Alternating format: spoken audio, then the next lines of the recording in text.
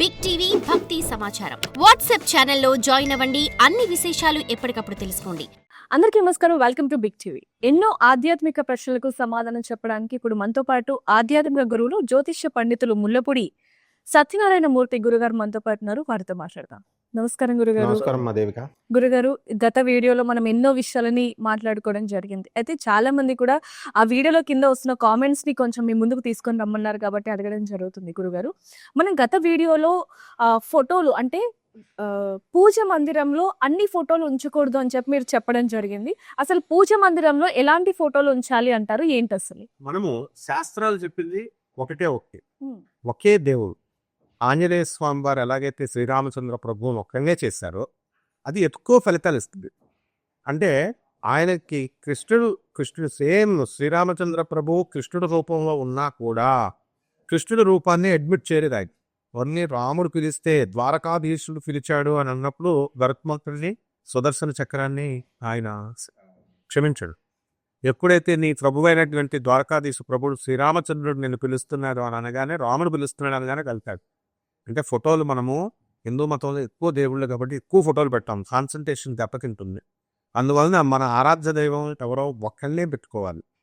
దేవుడి గదిలో ఒక్కళ్ళనే పెట్టుకొని, అది కూడా ఫోటో ఎలా అంటే ఆంజనేయ స్వామి ఏం చేసేవాడు, ఇప్పుడు రాముల వారు ఉన్నారు, అనేక రకాల పోజుల్లో ఉంటుంది. ఒక్క పోజ్ ఏదైతే మనం ఫస్ట్ నుంచి పూజ చేస్తున్నామో అదే పెట్టుకోవాలి. లాస్ట్ రూపం అంటారు, రూపం అదే రూపం. మళ్ళీ వివిధ రూపాల్లో రాముడు ఉంటాయి, అవి పెట్టుకోకూడదు. అట్లా ఉన్నప్పుడు ఎక్కువ ఫలితాలు ఇస్తాయి. కాబట్టి మనం బ్రహ్మ పదార్థం అంతా దేవుడంతా ఒక్కటే అని మనకు తెలిసినప్పుడు, ఇప్పుడు మొట్టమొదట వినాయకుడిని పూజ చేస్తాం, అందుకని వినాయకుడు పెట్టుకుంటున్నాం. నెక్స్ట్ అమ్మో డబ్బులు కావాలా అని లక్ష్మీదేవిని పెట్టుకో, చదువు లేకపోతే సరస్వతి. అంటే గురుగారు, వారంలో 7 రోజులు ఉంటాయి కాబట్టి ఒక్కొక్కరు ఒక్కొక్క రోజు ఒక్కొక్క దేవుని పూజిస్తూ ఉంటారు. అలా పూజించవచ్చు అంటారా, పూజించకూడదు అంటారా? అంటే దేవుడు ఏ రకంగా పూజ చేసినా శ్రీకృష్ణ పరమాత్మ భగవద్గీతలో ఒకటే చెప్పాడు, ఏ రూపంలో పూజ చేసినా అది లాస్ట్కి నాకే చెందుతుంది అన్నాడు. అంటే కృష్ణుడికి చెందుతుందని కాదు అర్థం, దైవతత్వం, గాడ్ ఒక సిస్టమ్, గవర్నమెంట్ లాంటిది అనమాట దేవుడు అంటే. ఆ దానికే చెందుద్ది. శివుడను, కృష్ణుడు అనండి, దుర్గా అనండి, లక్ష్మి అనండి, అంతా ఒకటే అనమాట. కాబట్టి 7 వారాలు 7 దేవుళ్ళని పూజ చేయాల్సిన అవసరం లేదు. బెస్ట్ మెథడ్ ఏంటంటే 7 వారాలు కూడా ఒకే దేవుణ్ణి ప్రతిరోజు కూడా ఆరాధించినట్లయితే తప్పకుండా ఎక్కువ ఫలితాలు వస్తాయి. కాన్సన్ట్రేషన్ ముందు మనకు వస్తాయి. ఆయన ఏమనుకోడు, దేవుడు ఏమనుకోడు. దేవుడు అనేటటువంటి వాడు ఈ రోజు మంగళవారం ఆంజనేయ స్వామి, ఇలా డిఫరెన్షియేషన్ వల్ల కాన్సన్ట్రేషన్ దెబ్బతింటుంది. ఆ పవర్ మాకు ఉందండి, మేము బ్యాలెన్స్ చేసుకునే శక్తి మాకు ఉందండి, మేము 7 వారాలు 7 కేసినా అక్కడే బ్యాలెన్స్ చేసుకుంటాం ఆ కాన్సన్ట్రేషన్ అనేటటువంటి వాడు 7 ఫోటోలు పెట్టుకుని 7 రోజులు చేసుకుంటారు. కానీ కష్టంగా 7 ఫోటోలను శుభ్రం చేయడం, 7 ఫోటోలకి రోజు డైలీ సేవలు చేయడం, ఇవన్నీ కష్టం. కాబట్టి సింగిల్ లక్ష్యం ఒకటే ఉండాలి. అర్జునుడు ఎందుకు జగదేక వీరుడు అయ్యాడు? అందరికీ ఆ పక్షిని చూపించినప్పుడు పక్షి కనబడింది అంటారు, కానీ అర్జునుడికి మాత్రం అది గుట్టెప్పితే కనబడింది. అందువల్ల ఆ విధంగా భక్తి అనేటటువంటిది ఉండాలి. అందువల్ల ఒకే ఆంజనేయ స్వామిని పూజ చేస్తారు. ఆంజనేయ స్వామి ఉన్నంత ధైర్యం రావాలి. అక్కడ చిన్న సౌండ్ ఏమొచ్చిందని భయపడాలి. అంటే ఏ దేవతలైతే మనం పూజ చేస్తున్నామో ఆ శక్తి మనకు వచ్చేసేయాలన్నమాట. కాబట్టి 7 వారాలు 7 దేవతల్ని పూజ చేయాల్సిన అవసరం లేదు. ఒక్క దేవుడిని చేసుకుంటే ఎక్కువ ఫలితాలు వస్తాయి. గురుగారు, ఇందాక మీరు అన్నట్టుగా చాలా మంది ఒక్కొక్క రోజు ఒక్కొక్క దేవుని పూజిస్తూ ఉంటారు, అలా కూడా చేసుకోవచ్చు అని చెప్పడం జరిగింది. అయితే ప్రతిరోజు దీపారాధన చేస్తూ ఉంటారు, నిత్య దీపారాధన, లేదా కొంతమంది 2-3 రోజులకు ఒకసారి, లేకపోతే సోమవారం లేకపోతే శుక్రవారం ఇలా పూజలు చేసుకుంటూ ఉంటారు. అలా వారంలో 2-3 సార్లు దీపారాధన చేసిన ప్రతిసారి దేవుడి ఫోటోలను కడగచ్చు అంటారా, లేకపోతే కేవలం దీపాలు ఏవైతే పుట్టిస్తామో అవి కడిగితే చాలు అంటారా? దీపారాధన అనేటటువంటిది 2 రోజులు 3 రోజులు చేస్తే దరిద్ర దేవత వచ్చి ఇంట్లో కూర్చుంటుంది. డైలీ చెయ్యాలి.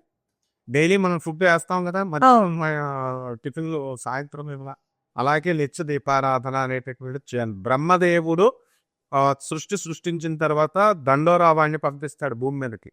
ఏమని 3 సార్లు స్నానం చేయాలి ప్రతిరోజు, 1 రోజు తినాలి అని. వాడు మర్చిపోయి ఉల్టా చెప్తాడు భూమి మీదకి, 3 సార్లు తినండి, 1 సారి స్నానం చేయండి అని. అలాగే రూల్స్ మనకి దేవుణ్ణి ప్రతిరోజు ఎప్పుడైతే దీపారాధన చెయ్యలేదో దరిద్ర దేవత నోరబొచ్చి చేస్తుంది, అందులో డౌటే లేదు. కాబట్టి ఫోటోలు ప్రతిరోజు కడగాల్సినటువంటి అవసరం లేదు. మనము ఆ పైన ధూళి పట్టి ఇవన్నీ పడతాయి కాబట్టి శుభ్రత చేస్తాం. కాబట్టి వారంలో 1-2 రోజులు మనము చేసుకున్నట్లయితే సరిపోతుంది.